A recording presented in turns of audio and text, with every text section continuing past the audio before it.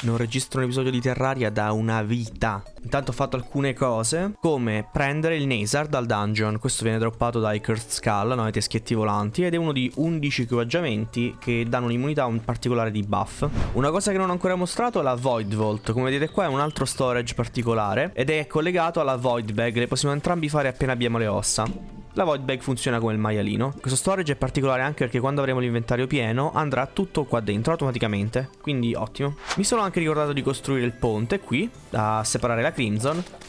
Nulla di particolare, però ho usato blocchi differenti, insomma non sono un gran costruttore, ma va bene così. Ok, siamo pronti adesso. Iniziamo subito a entrare in hard mode. Ci proviamo almeno. Prendiamo tutte le voodoo doll possibili per evocare il prossimo boss e le pozioni chiaramente. Spero che queste bastino. Eccoci arrivati qua. Ehi, vabbè. Ok, iniziamo. Dobbiamo semplicemente prendere una guide voodoo doll e buttarla nella lava. Questo ucciderà la nostra guida ed evocherà il nostro boss, che fa schifo, è orripilante. Ah sì, ho messo le flask of party. Quindi adesso facciamo i coriandoli quando colpiamo. Gli altri nemici però iniziano a dar fastidio. Non si capisce assolutamente niente, però pazienza, festeggiamo così.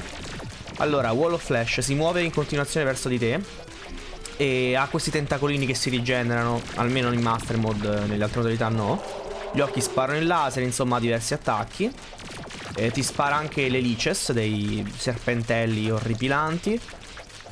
E la vita comprende essenzialmente i due occhi e la bocca. E mi sa che gli occhi sono quelli che prendono il doppio del danno. Mi sa che hanno meno difesa, ma non sono con... Sì, mi sa di sì, mi sa che sono gli occhi.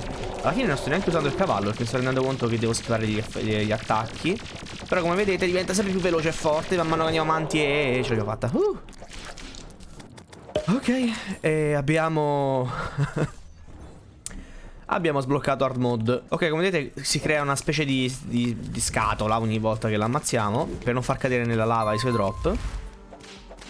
Oh, abbiamo subito, neanche a farlo apposta, il nemico per cui avevamo la Purification Powder e si è trasformato in un NPC adesso. Il Tax Collector, si chiama Tormented Soul prima che lo curassi, ed è praticamente un NPC che ti dà dei soldi in base a quanti NPC controlli. Li genera piano piano fino a mantenere un 10 gold coin e poi niente, te li prendi. Ok, apriamo adesso la Treasure Bag. Ok, Pawn Hammer, questo ci permette di rompere i Demon Altar o i Crimson Heart nel caso siamo nella Crimson. Vedremo poi a cosa serve. Poi abbiamo droppato un emblema, cioè un emblema per ogni classe, avevo preso quello del guerriero, e un'arma, ce n'è una per ogni classe, avevo preso quello del guerriero. Noi non siamo un guerriero però, quindi Demon Heart incrementa permanentemente il numero di accessori. Eccolo. E quindi abbiamo un accessorio in più un accessorio in più da aggiungere. Si è spawnato una guida nel frattempo? Sembrerebbe di no, perché si è fatto troppo tardi nella mattina. Vabbè, pazienza. Ok, ci sono diverse cose che possiamo fare in questo momento. Prima andiamo dalla Driade e compriamo i Fire Blossom Planter.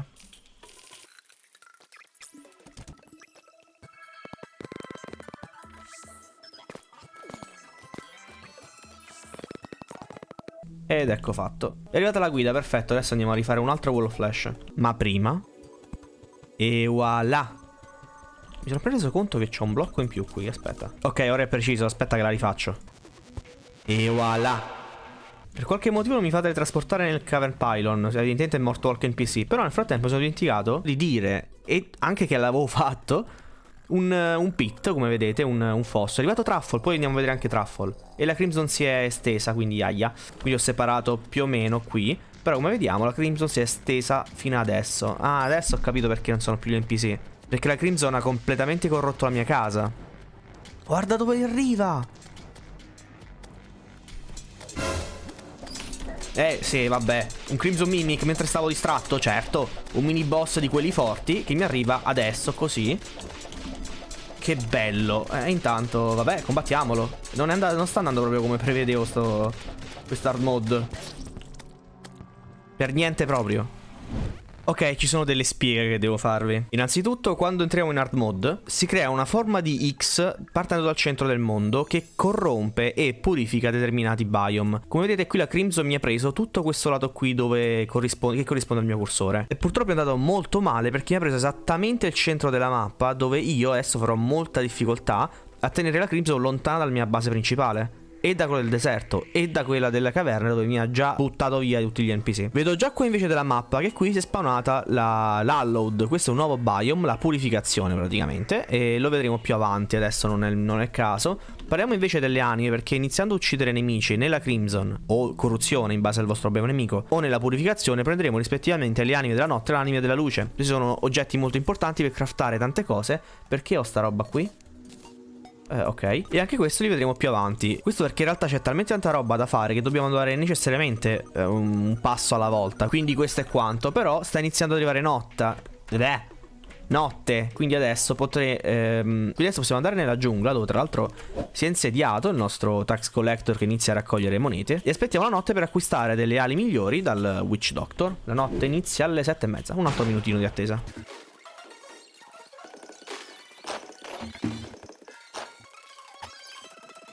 Ed ecco qua, signor Witch Doctor, mi venda le Leafwing Mats, 69 gold, c'è tutta la happiness messa bene. Voglio utilizzare però lo Snake Charmer's Flute per ritornare nella mia farm di robe, di funghi allucinogeni, perché c'è un nuovo NPC, Truffle. Ok, eccolo qui. Allora, lui ci vende della roba che non ce ne frega niente per il momento, quindi niente, però almeno ce l'abbiamo. Ed ecco qua, lui cercavamo per riforgiare le nostre nuove ali. Costano un bottolo, io ho appena cliccato a run, vabbè, non ci spendo più soldi di così. Ehi là, Gold Bunny. Ok, facciamo così. Purtroppo non abbiamo dei metodi molto buoni, molto efficaci per purificare i biome, per cui dovremo farli con le purification powder. E niente, speriamo che riusciamo almeno a liberare la casupola nell'underground. Guarda, la Crimson è talmente vicina che mi ha preso completamente tutta l'arena. Questa cosa è terrificante. La Crimson si è estesa talmente tanto che mi ha preso... Wow, già qua mi arriva... Mamma mia, ce l'ho davanti casa. Grazie per avermi rovinato il pratino, complimenti. Cioè, va, qua, l'avevo terraformato la puntata scorsa qui. Guarda te, ma intanto vedete anche nemici nuovi, li vedete poco. Vabbè. Benvenuti in hard mode. Vabbè, senti, purtroppo qui devo veramente muovermi con velocità e devo iniziare a purificare il più possibile, perché altrimenti rimaniamo senza casa, quindi timelapsone, dai.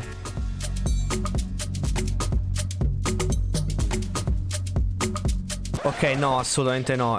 C'è veramente troppa roba da fare. Dovrei completamente distruggere tutta l'arena, tutto quanto questo territorio, e iniziare a fare dei fossati a griglia per purificare il terreno. Non ce la facciamo. Per il momento però credo di dover fare una cosa brutta, ovvero fare un fossato largo almeno 3 blocchi per impedire alla Crimson di andare oltre.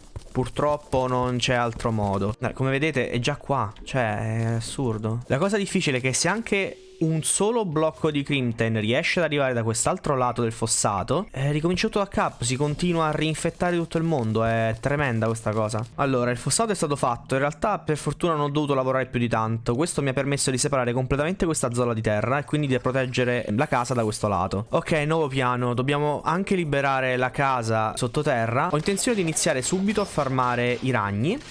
E come vedete i nemici droppano le Soul of Night nel Crimson Biome, che rimangono appese in aria tra l'altro. Perché praticamente adesso la gente mi bisciotta, cioè un colpo, 2 colpi e mi massacra chiunque. Quindi prima di continuare anche con la farm di Wall of Flash è il caso di potenziarci un attimo. Ah, gli Icor Sticker. Benvenuti agli Icor Sticker, perché adesso inizieremo a droppare l'Icor. Penso che ho parlato di l'Icor nella prima puntata, una cosa del genere. Ok, eccoci arrivati qui alla casa, che ovviamente è inabitabile. E questa è una Black Recluse. È un ragno come quelli che c'erano prima, solo che più grossi e più forti, e droppano le Spider Fang, che servono a creare roba per i Summoner, una nuova armatura e una nuova arma, anzi 2 armi. Quindi se permettete, it's potenziamento time. E a questo punto il fatto che siamo ormai praticamente nella Crimson ci permette anche di farmare le Soul of Night. Ah, Rock Golem, ciao, mi sei mancato. Questa bestia da 3000 punti vita te tira i sassi, letteralmente ti tira i sassi, quindi non vi fidate. Scheletri arcieri, altro nemico che si spawna facilmente nelle caverne. Abbiamo i pipistrelli più grandi che ci danno un sacco di debuff. Beh, in realtà praticamente tutto ci dà dei debuff adesso, quindi sarà anche tosta. E la miseria, ste pietre che tira, i breccolini.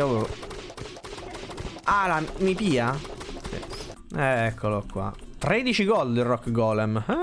Buono, buono. Hello there. Mi ha sputato quel tizio e mi ha fatto 187 di danno. Una Pasqua sta andando proprio.